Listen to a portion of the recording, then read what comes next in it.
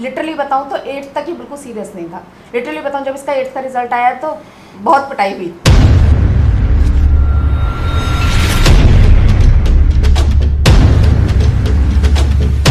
Hello everyone, good morning. Hi, this is Ashutosh Mishra. आज मैं आपके साथ हूँ आदित्य राणा। ये हमारे स्टूडेंट हैं स्मार्ट अचीवर्स के। इन्होंने बहुत ही अच्छा स्कोर 10th बोर्ड एग्जाम में गेन किया है, 92%। तो आदित्य, आज आपके साथ आपके पेरेंट्स भी हैं। Yes, तो हम sir. लोग सबसे पहले क्वेश्चन आपसे ये पूछेंगे, जो बच्चे भी जानना चाहते हैं जो आपको देख रहे हैं, क्या स्ट्रेटजी आपने फॉलो करी और कितना स्ट्रेस आपने लिया इस काम को करने के लिए और कैसे इसको मैनेज किया?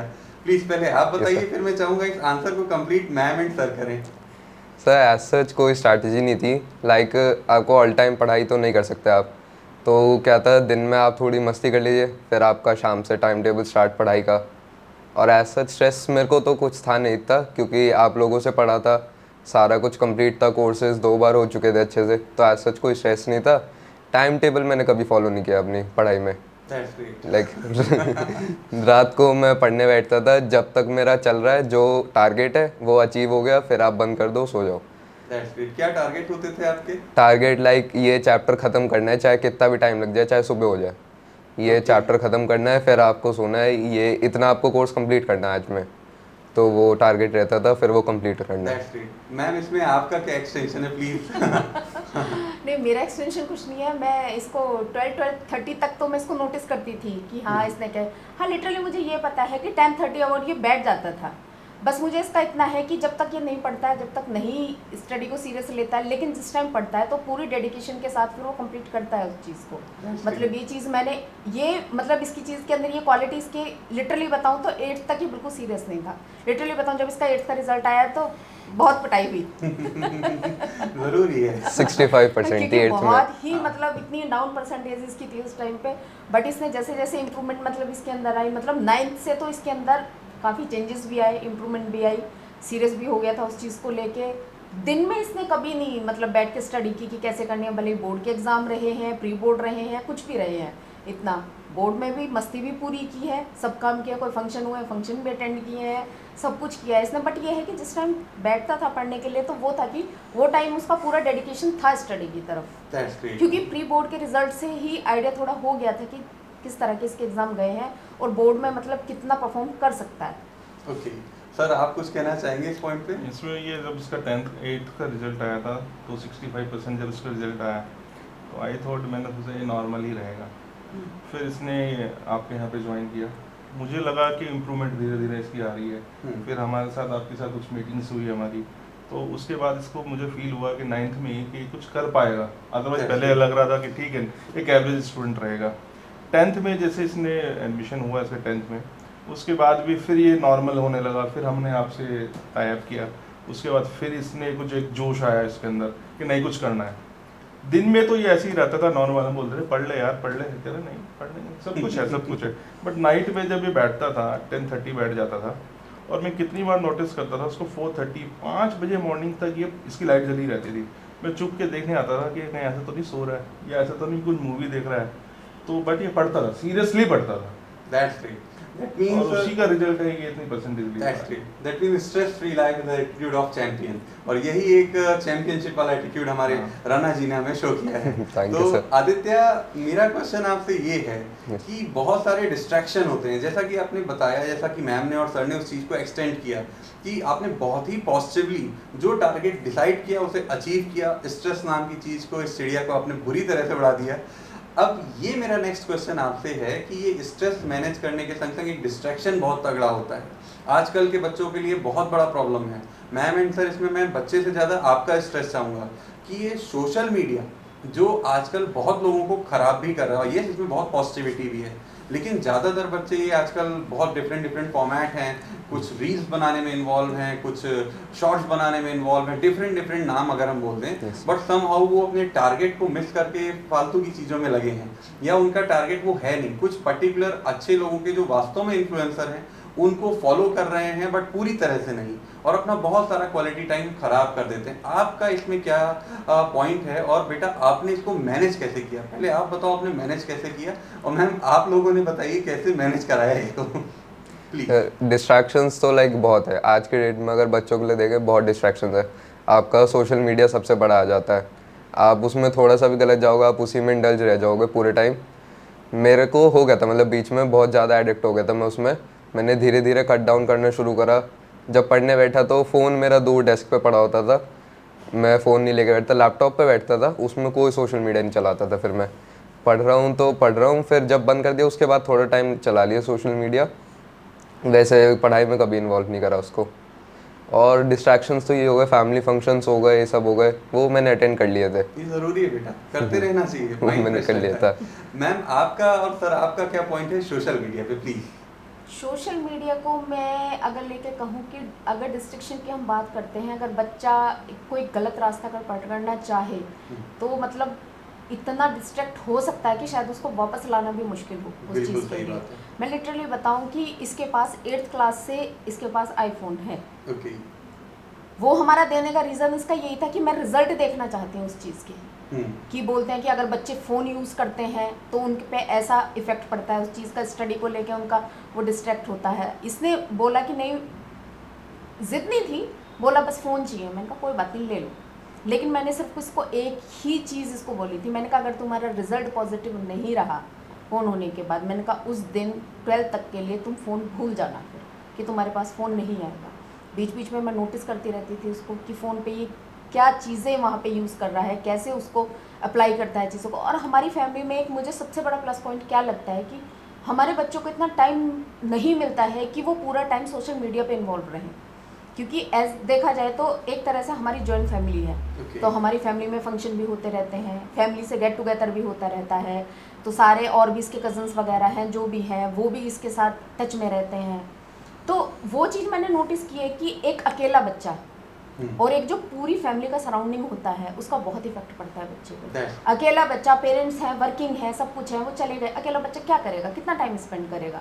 फ्रेंड्स हो कुछ भी, फ्रेंड्स के साथ भी एक लिमिट टाइम के लिए वो बाहर जा सकता है, लेकिन एक फैमिली एक ऐसी चीज़ होती है कि जो तुम्हें बॉन्ड करके रखती है, डिस्ट्रैक्ट होने से बचाती है हर चीज़ से। तुम गलत रास्ते पे जा रहे हो, मैं नोटिस नहीं कर पाऊंगी इस चीज़ को। कज़न हैं, इसके बड़े हैं, इसके मामा हैं, वो भी नियर अबाउट ही रहते हैं, ज़्यादा एज गैप भी नहीं है, वो भी इसकी चीज़ें नोटिस करते रहते हैं कि अभी किस रास्ते पे है, कितना वो करता है। तो वो चीज़ें एक एक चीज़ होती है ना कि फैमिली में जो शायद पेरेंट्स को पता नहीं चलती, लेकिन जो फैमिली के और मेंबर होते हैं, तुम्हारे एज के वाले हैं या फिर तुम्हारे में थोड़ा बहुत गैप है, तो उन लोगों से हम वो चीज़ जो हमें मिलती थी इसके बारे में नॉलेज कि गलत रास्ते पे है, ये सही रास्ते पे है या गलत यूज़ कर रहा है फ़ोन का, तो उस चीज़ का बहुत इफेक्ट पड़ता है। मेरा मानना ये है। एक ये कहना है कि बिल्कुल बच्चे को अगर फ़ोन दिया देते तो बच्चा बिगड़ जाएगा, ये हो जाएगा, वो हर एक बच्चे की, देखो मैं मानती हूँ कि एक अपना भी कैलिबर होता है, अपनी भी सोच होती है। देखो जिस बच्चे को डिस्ट्रैक्ट होना है, आप उसे बहुत मुश्किल हो जाता है फिर आप उसे संभाल पाओ या रोक पाओ, क्योंकि आप हर टाइम बच्चे पे नज़र नहीं रख सकते, छलनी में पानी नहीं भरा जा सकता। नहीं भरा जा सकता। तो मैं तो सारा क्रेडिट वो उस चीज़ के लिए सही देना चाहूँगी, उसमें हमारा इतना वो नहीं रहा है, कभी मैंने रोक टोक नहीं लगाई इस चीज़ के लिए कि तुम फ़ोन यूज़ नहीं करो या इस टाइम मत करो या इतना टाइम ही तुम्हें फ़ोन यूज़ करना है। मैंने इस तरह की कोई बाउंडेशन इसके ऊपर नहीं रखी। सर आप क्या कहेंगे इस पर? हमने इसको इस चीज़ का टाइम ही नहीं दिया है। ये वैसे नॉर्मल तो फैमिली के साथ ही बिजी रहता था, साथ में जो हमारे घर के नॉर्मल जो काम है, इनफैक्ट मैं बिज़नेस में थोड़ा बिजी रहता हूँ, तो वो सारे काम भी खुद मैनेज करता है। हमारे घर का बिजली का बिल जमा करना, फ़ोन का बिल जमा करना, वाईफाई सब कुछ, और दूध वाले का हिसाब करना इनफैक्ट। और कभी कभी मैं इसको परमिशन नहीं देता, बट ये गाड़ी भी ड्राइव कर लेता है अच्छी तरह, परमिशन नहीं देता फिर भी मैं, बट ये तो उसी में मस्त रहता है। इनफैक्ट मैं इसको बोलता हूँ कि यार कुछ तो फ्रेंड बना ले, सो दैट आगे जाके फ्रेंड्स की रिक्वायरमेंट रहेगी। तुम अपने दिल की बात शायद सारी मुझे नहीं बता पाओगे जो फ्रेंड्स को बता पाओगे, बट इसका मन लगता है कि फैमिली में ही खुश है। दैट्स रियली बहुत अच्छा एटीट्यूड है। नेगेटिव फ्रेंड से अच्छा पॉजिटिव फैमिली इन्वॉल्वमेंट बहुत अच्छा इसका होता है। सबसे बड़ा प्लस पॉइंट ये क्या है कि जितना मन इसका फैमिली मेंबर्स के साथ लगता है या जितना इन्वॉल्व उनके साथ रहता है, चाचू हैं, एज में भी बड़े हैं, सब हैं, लेकिन उनके साथ बहुत अच्छी बॉन्डिंग है, काफ़ी टाइम स्पेंड करता है उनके साथ। तो मुझे वो चीज़ अच्छी लगती है इसकी कि फ्रेंड सर्कल से ज़्यादा ये फैमिली में ज़्यादा इन्वॉल्व रहता है, घर के काम वो मतलब ध्यान भी देता है। फैमिली अभी जितनी एज नहीं है, बट ये घर के जितने भी होते हैं उन्हें नोटिस करता है कि मम्मी को ये ज़रूरत है या पापा को ये ज़रूरत है इस चीज़ की, या मुझे ये सब चीज़ें करनी है, ये मेरी रिस्पॉन्सिबिलिटी है, तो उसे अच्छे से कर लेता है। Okay, mister Rana ji is a family boy. I think ये कह सकते हैं हम लोग, जैसे बैकअप के लिए मैं अगर नहीं हूँ घर पे 10 दिन 15 दिन के हाँ, लिए, तो तो ये टेंशन बैकअप नहीं के है। लिए टेंशन नहीं है, ये सब कुछ मैनेज नहीं, कर बहुत अच्छी चीज़ है। आजकल की डेट में जो मैं देखता हूँ, बच्चे जस्ट करते क्या है, अपने पापा का नाम लेके आगे बढ़ते हैं, लेकिन ये खुद अपनी फैमिली की अथॉरिटी ले रहा है। ये इसके अंदर एक बहुत पॉजिटिव एटीट्यूड है। बच्चों, ये एटीट्यूड आपने भी होना चाहिए, क्योंकि जस्ट अगर आपके पापा ने कुछ किया है तो उनकी उपलब्धि है, उनका कॉन्फिडेंस है। आपने क्या किया है ये मैटर करता है। तो just take the authority, that is another key point that mister Rana have.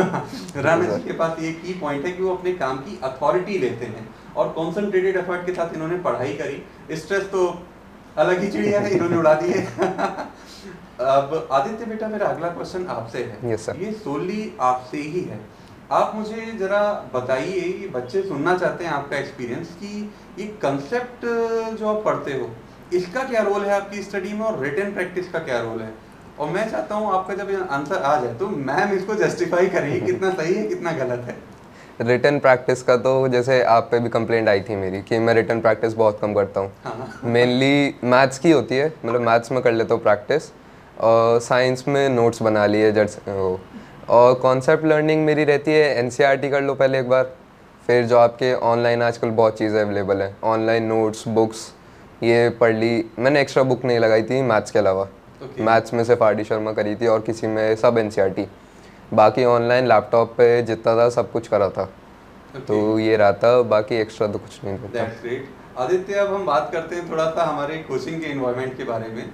आपने हमसे 4 टीचर से पढ़ा। Yes, एक तो आपके मैथ्स वाले सर, एक फिजिक्स वाले सर, बायोलॉजी वाली मैम, और Yes. चौथा केमिस्ट्री वाले सर, यानी कि मैं। Yes, तो आप जरा चारों के बारे में कुछ पॉजिटिव और कुछ नेगेटिव बताइए जो आपको लगा। नेगेटिव पॉइंट्स तो ऐसे सच नहीं मिले, सारे लोग कनेक्टेड थे, कभी भी डाउट्स पूछने सब क्लियर होते थे, क्लासेस रेगुलर थी, सब कुछ था। पॉजिटिव पॉइंट्स तो ये थे सारे, एक तो कॉन्सेप्ट क्लियर थे, जैसे मेरी केमिस्ट्री बहुत ज़्यादा वीक थी, आपसे मैंने पढ़ा, आपने कॉन्सेप्ट्स क्लियर करे थे, जैसे आपका पढ़ाने का स्टाइल था उस स्टाइल से मैं ज़्यादातर पढ़ता हूँ, तो मेरे को ज़्यादा कॉन्सेप्ट क्लियर हुए थे। तो ये सब रहा था। फिज़िक्स मेरी सर ने अच्छी कर दी थी। मेरी 9th में जैसे मैंने स्टार्ट किया था इतनी अच्छी नहीं थी, कॉन्सेप्ट्स नहीं आते थे, उन्होंने पढ़ाया अच्छे से करा, एक्स्ट्रा क्लासेस भी ली थी उन्होंने, तो वो सारा कॉन्सेप्ट उन्होंने क्लियर कर दिया था। बायो में मैम ने अच्छे से पढ़ाया था, नोट्स दिए थे सारे, ये नहीं था कि रटवा रही हैं जैसे बायो में रटवाते हैं ज़्यादातर, ये नहीं था, पूरा कॉन्सेप्ट क्लियर था। That's great. आदित्य, एक क्वेश्चन मेरा इसी के एक्सटेंशन में है। Yes, sir. सबसे ज्यादा डांटता कौन था? सबसे ज़्यादा तो महेश सर ने डांटा, अरे मैथ्स। वाह। वो तो मुझे पता था, महेश सर ने सबसे ज्यादा डांटा, वो तो मुझे भी डांट देते हैं। वो हम सबके सीनियर हैं। खैर, ये बताओ, वो आपको डांटते थे तो उस डांटने के बाद आपका कुछ बेनिफिट हुआ उस डांट से? यस सर, लाइक मेनली हम लोग जैसे 3-4 थे, हमने बहुत डांट खाई है पूरी क्लास में। मैं था, अगर शिवांश था, अमोक था, अमोक की परसेंटेज अच्छी आई है बहुत, तो हम सब उनके टारगेट पे ज़्यादातर रहे हैं। मतलब हम लोग बहुत मस्ती करते थे, उन्होंने बहुत नोटिस करा हमें, तो वो डांटते थे, फिर हम सीरियस हुए थोड़े, स्टार्टिंग में तो बिल्कुल सीरियस नहीं थे हम, उन्होंने डांटा, सीरियस हुए हम, फिर उनसे जॉइन हुए, ज़्यादा अटैच हुए, फिर हमने पढ़ाई स्टार्ट करी उनके हिसाब से, तो उसका रिजल्ट मिला फिर। That's great. बच्चों, मैंने ये क्वेश्चन आदित्य से इसलिए पूछा, मुझे आंसर पता था उसका, बट ये क्वेश्चन आपके लिए बहुत इंपॉर्टेंट है।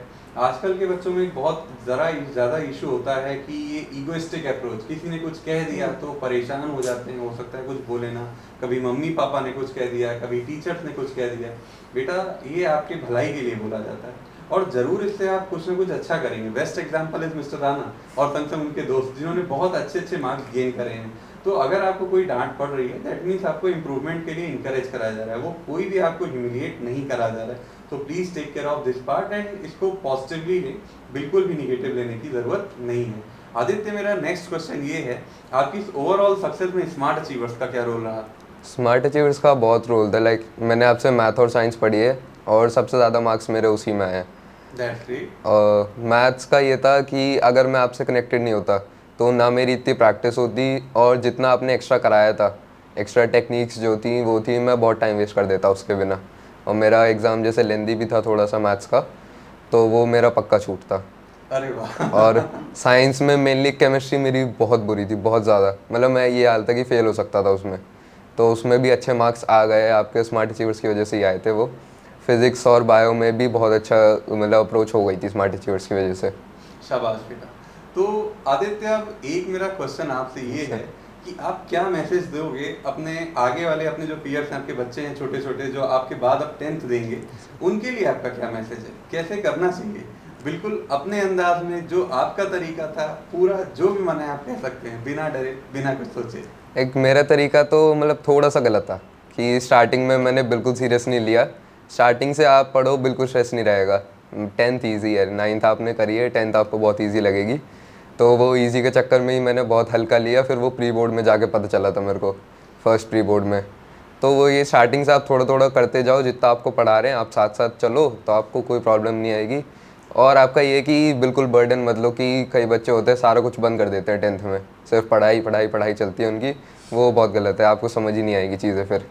दैट्स ग्रेट, मतलब सारी चीज़ों को इक्वल इंपॉर्टेंस देनी चाहिए, अच्छे से खेलना भी चाहिए, वो भी बहुत ज़रूरी है फिजिकल Yes, sir. एक्टिविटी के लिए, नहीं तो आप उबले हुए आलू जैसे हो जाएंगे। और पढ़ाई भी करनी चाहिए। आदित्य, एक क्वेश्चन ये मेरा पर्सनल है, Yes, sir. और मैं चाहता हूँ इसमें आप बहुत पॉजिटिव गाइडेंस दें।